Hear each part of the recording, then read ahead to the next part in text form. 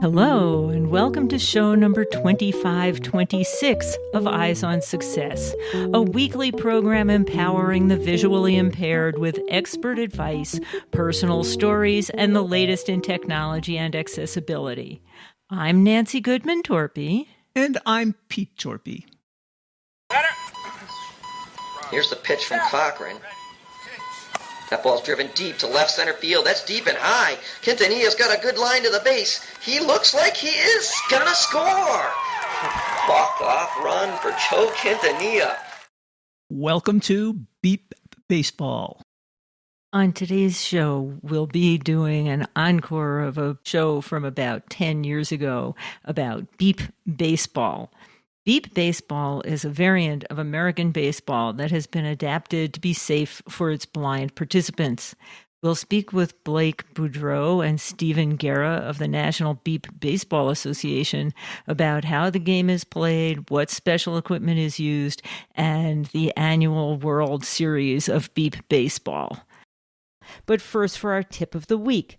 This week's tip is team sports can be good opportunities for physical exercise as well as many other benefits, including social opportunities and sometimes even a chance to travel. Here are Blake and Stephen.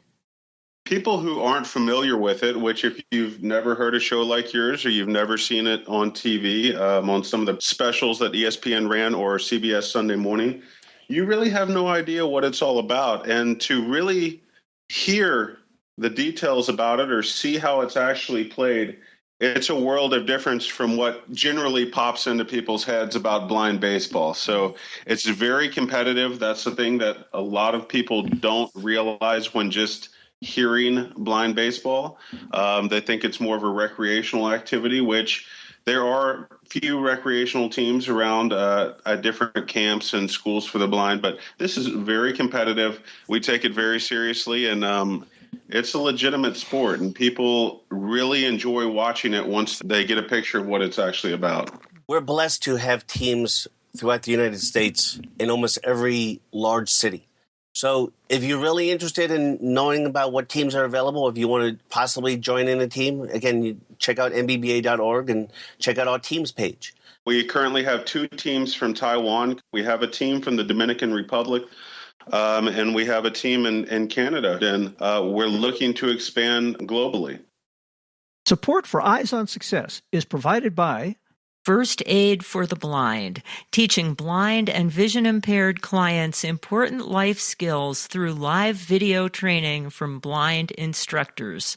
The purpose of FAFTB's training is to replace the fear of the unknown with feelings of hope and confidence. More information is at faftb.com. and by Biped AI, the manufacturer of NOAA, an all-in-one mobility vest.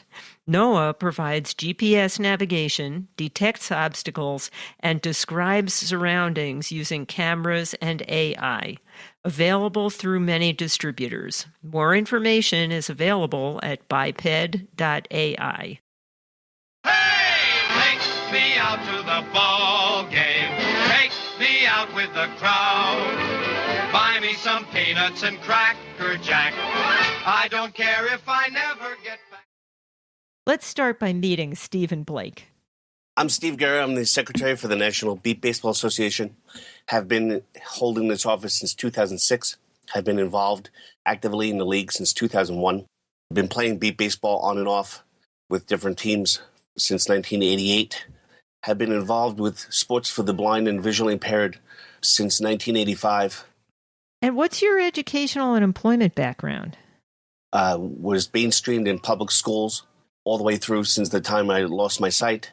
Went to Hofstra University down on Long Island, New York for college.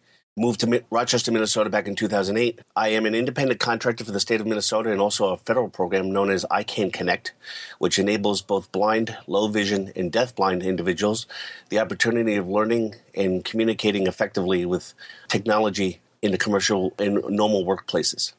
Do you have any usable vision yourself? I have none. Mm-hmm. I am completely, totally blind and have been for 40 years. And Blake? I'm Blake Boudreau from Houston, Texas. I was diagnosed with retinoblastoma, which is cancer of the eyes, at age 14 months. The cancer returned when I was 3. I lost, at that time, it was a good amount of vision, all the vision in my left eye, and a cataract had formed in the right that they weren't able to remove. So by the time I was 4 or 5 years old, I was basically seeing shadows and basic movement. Went to public school, was very active in sports. I was the first blind football player in the Houston area to start for a varsity football team. My parents never took pity on me. They treated me just like my brother and sister and were very understanding, but very strict in the fact that they didn't want me to use my blindness as a crutch.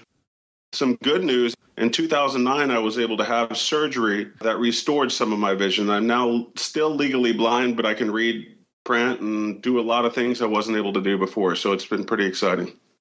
And what was your educational and professional background? After graduating high school, I attended Texas A&M University and graduated with a degree in speech communications and sociology.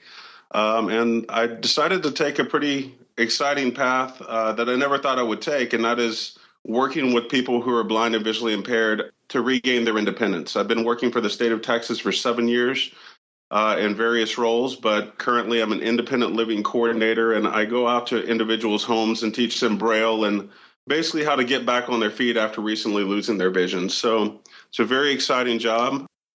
How did you first get involved in beep baseball? My beep baseball background started when I was 10 years old, which is very rare. Our sport has some youth, but it's a rarity. So I started at the age of 10, and this is going to be my 21st year playing for the same team here in Houston. 5 years ago, I was elected to the board, and this past year, I was elected as second vice president of the National Beep Baseball Association and the chair of public relations. Beep baseball has been near and dear to my heart. I didn't know what to expect as a 10-year-old when I went out there, but I got to grow up with older blind and visually impaired individuals who laid the groundwork for me in terms of my life. I got to look up to them as role models and learned a lot. My dad became our coach the second year I was playing.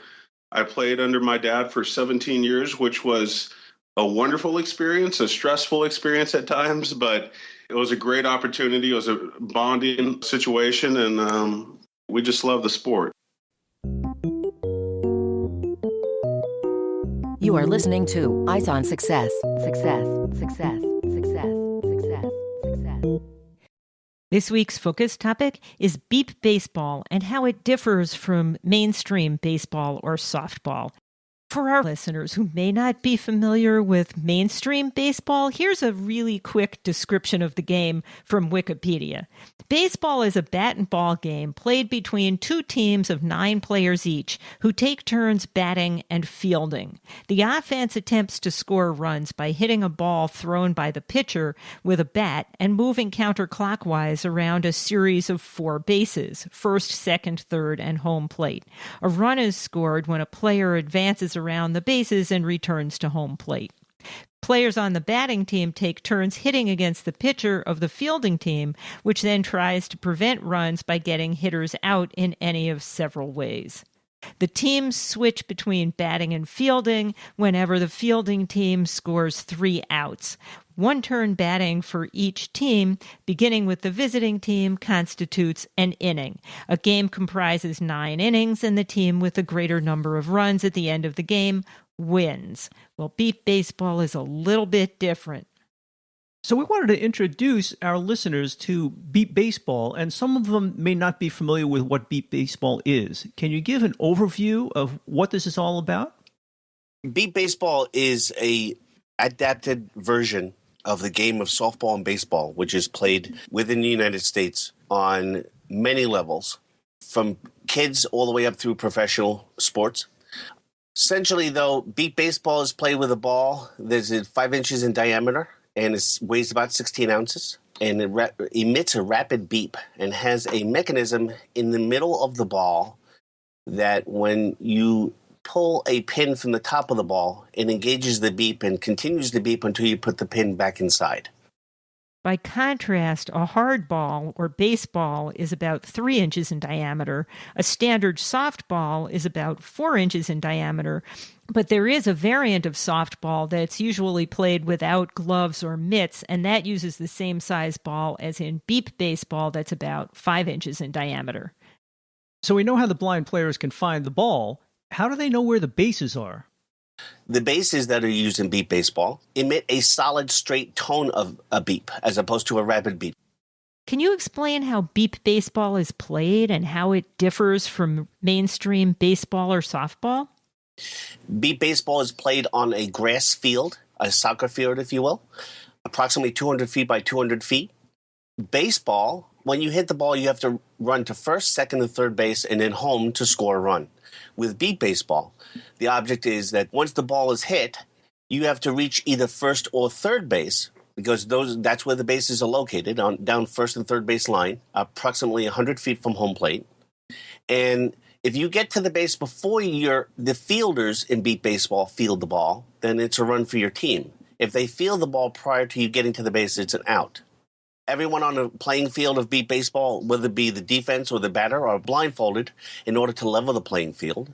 There are 6 people on each team at a time. Of course, teams like to have reserves available in case someone gets hurt.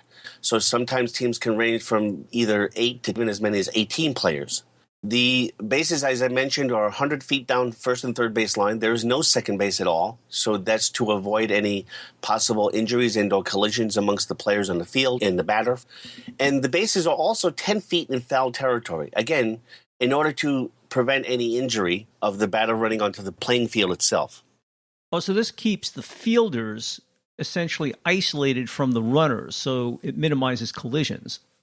Absolutely. There are collisions. Sometimes people do run into the field of play, and the umpires and any of the volunteers on either team will just say stop, and everything stops.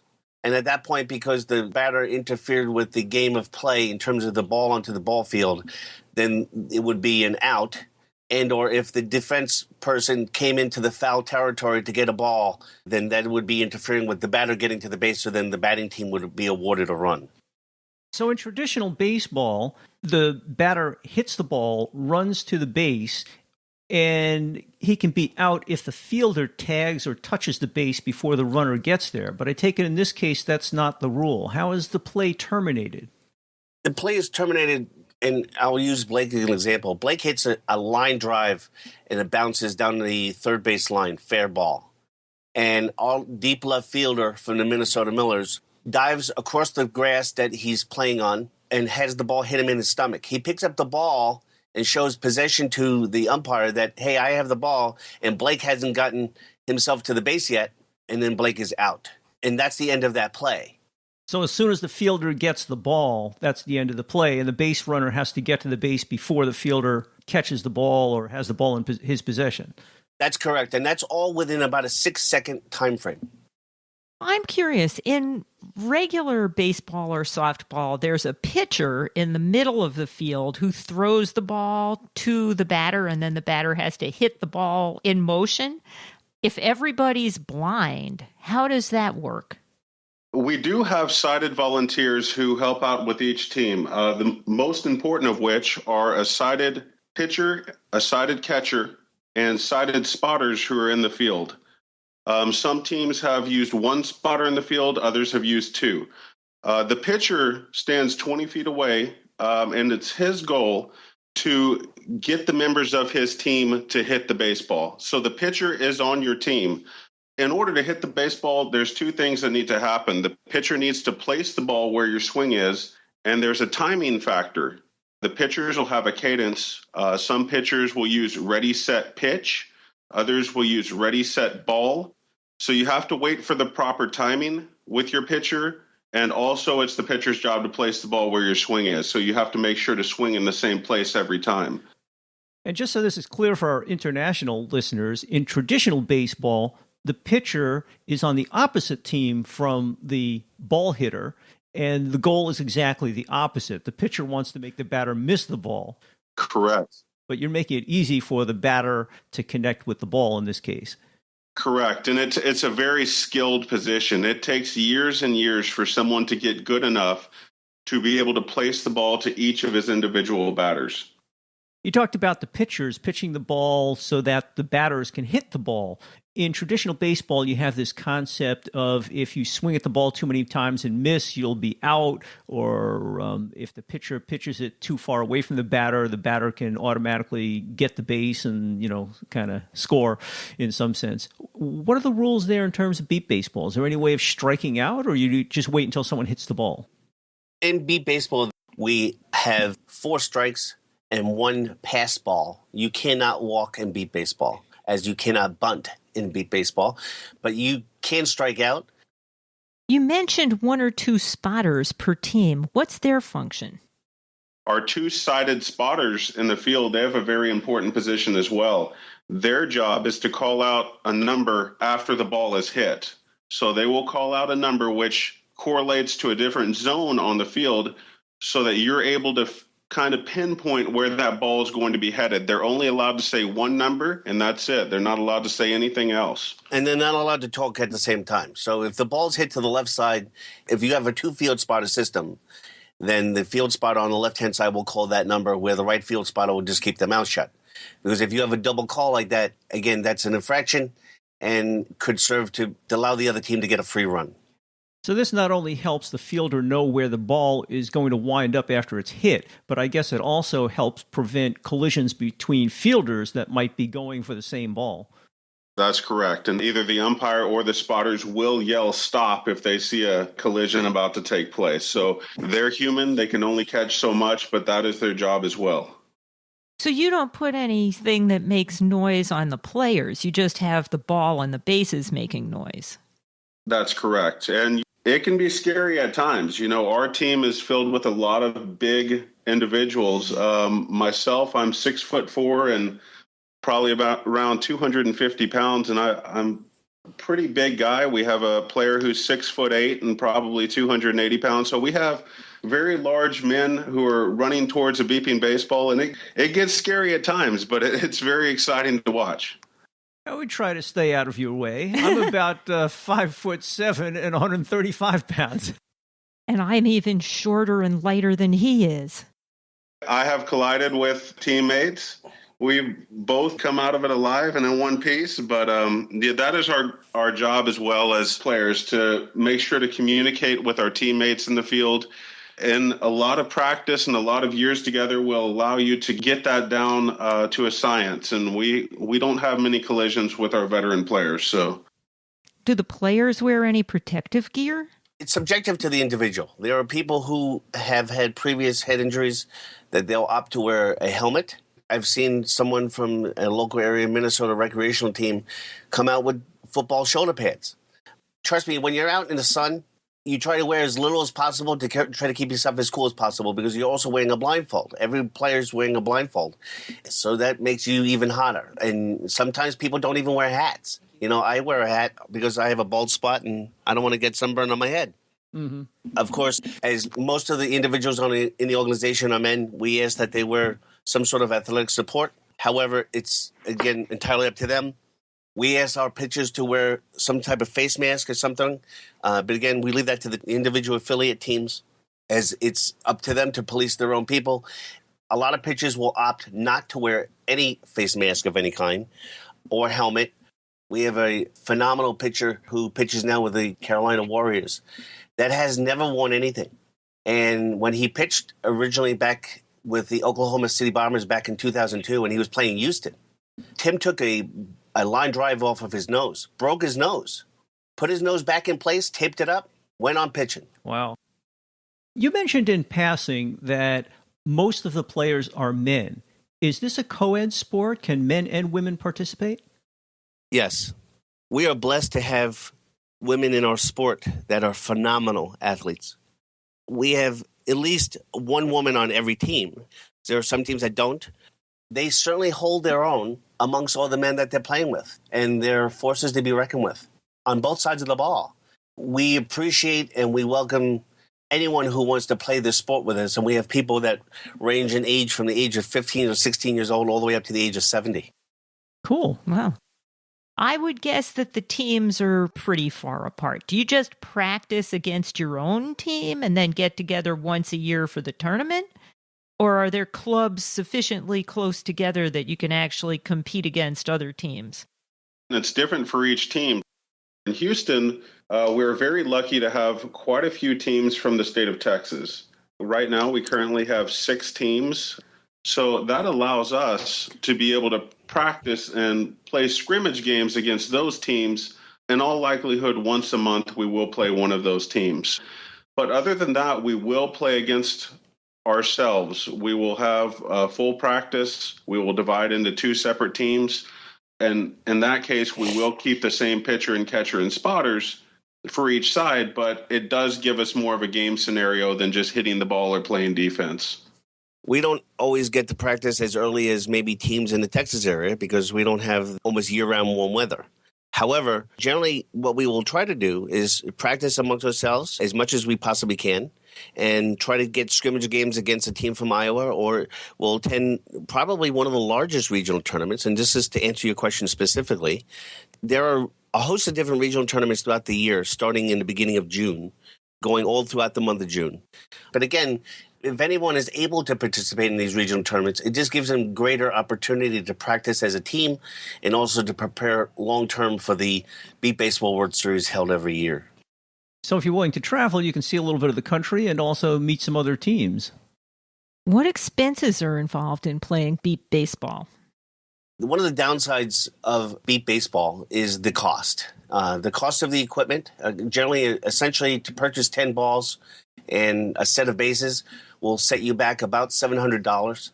But the largest issue that most teams have is raising money so they can travel, one, primarily to the World Series, since each team can play anywhere between 7 to 10 games at a Beat Baseball World Series. So then they'll weigh that versus going to a regional tournament where they might play 4 games. But if they have the funds to do both, then they try to do both as best they possibly can. In the original airing of this episode, we talked a lot about the 2015 World Series of Beep Baseball. But this year's World Series event will be held the week of July 20th to 26th in St. Louis, Missouri, featuring a couple of dozen teams from around the world and a lot of excitement.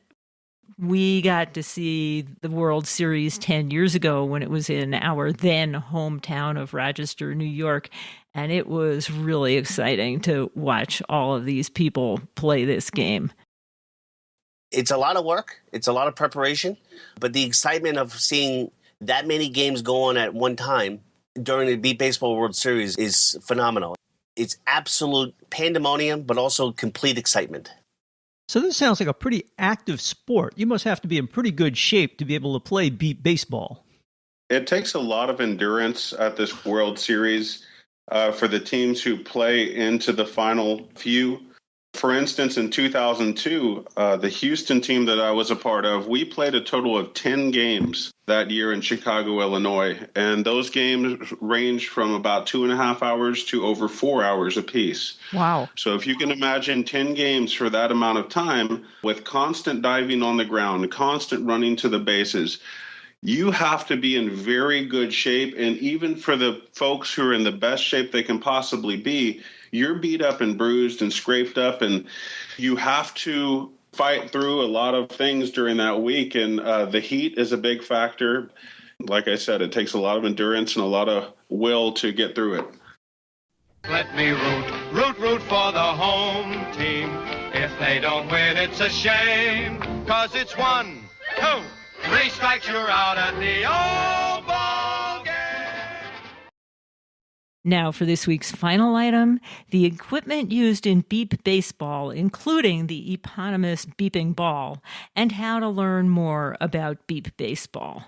And if you're interested in the equipment, a couple of years ago, we did an entire episode where we talked with the people who make the equipment for beep baseball teams worldwide. And that was episode number 2304. And we'll have a link to that in the show notes. Maybe I can describe what the ball is actually like. The ball is made by the Denver Beep Ball Group, led by Bob Kurtz, otherwise as the Telecom or CenturyLink pioneers. The original beep baseball was created by Charlie Fairbanks, who was then a telephone pioneer of America out of the Denver area. And he created the ball, in essence, for use by the Colorado School for the Deaf and Blind back in the 1964, 65, 66 range. The ball was turned over to them because they wanted to have the kids play amongst each other with a ball that emitted a sound. To tell you the truth, the device has not changed and how it's created and exactly how it emits the beep since the 1960s. It's withstood the test of time. The ball costs about $34, and it is sold globally. Do you guys use a regulation bat? We both take an inhale of breath because one of the things that maybe is a problem today more so than it has been in years past is that generally the ball weighs 16 ounces, so you want a bat that's going to move that ball out of the infield. And then there's something we didn't really touch upon before, but there's a line at 40 feet from home plate that the ball has to travel to be fair. Also, we do have a home run line, which is 170 feet from home plate. Bats really need to weigh a minimum of 32 ounces or more to drive that ball. And some of the better hitters use between 36 and 38 ounce bats, which are certainly hard to come by. Baseball uses wooden bats. The modern day softball use a lighter bat.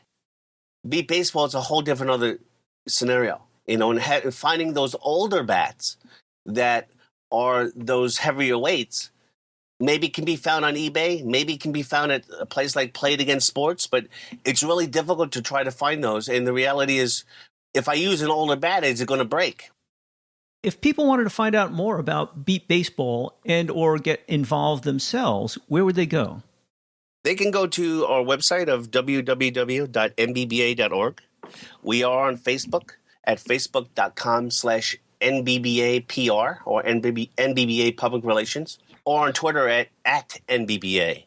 They can find a host of information on the NBBA.org website, and they can see the list of our teams that are registering for 2015. They can contact myself or Blake and any of the other officers and also board of directors. They can read our rules. They can see videos about beep baseball that have been gathered and or news stories.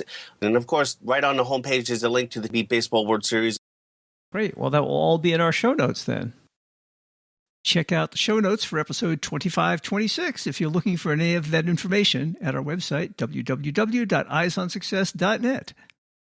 That's it for today's show. Next week on Eyes on Success, we'll be talking with somebody who has lived through both vision loss and regaining her vision. Becoming blind can be a difficult transition, but how does one adapt after regaining their sight? We'll talk with Beth Pizzarello about her experiences losing her vision due to retinitis pigmentosa, adapting to blindness, undergoing innovative surgery, and restoring her sight. And we'll discuss her book, Eclipsed, in which she describes her experiences. Thanks for joining us this week, and we hope you'll join us again next week. You've been listening to Eyes on Success, hosted and produced by Nancy Goodman Torpy and Peter Torpy. You can access the full archive of previous shows, subscribe to the podcast, and much more by going to our website, www.eyesonsuccess.net.